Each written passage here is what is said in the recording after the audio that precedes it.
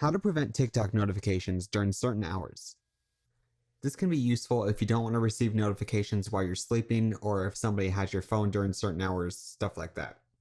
Thankfully, the entire process is pretty simple. Start out on your profile page.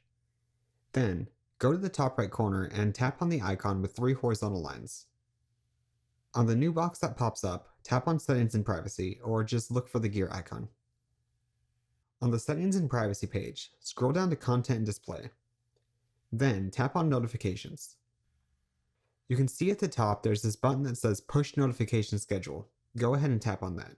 So if you toggle Set a Schedule on, you'll be able to select Start and End Hours.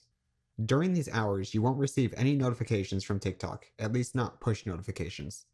You'll still have stuff sent to your TikTok inbox, but you won't see this unless you actually open the TikTok app. So in other words, no notifications will be sent to the phone itself. To choose your hours, just tap on Start Time and End Time.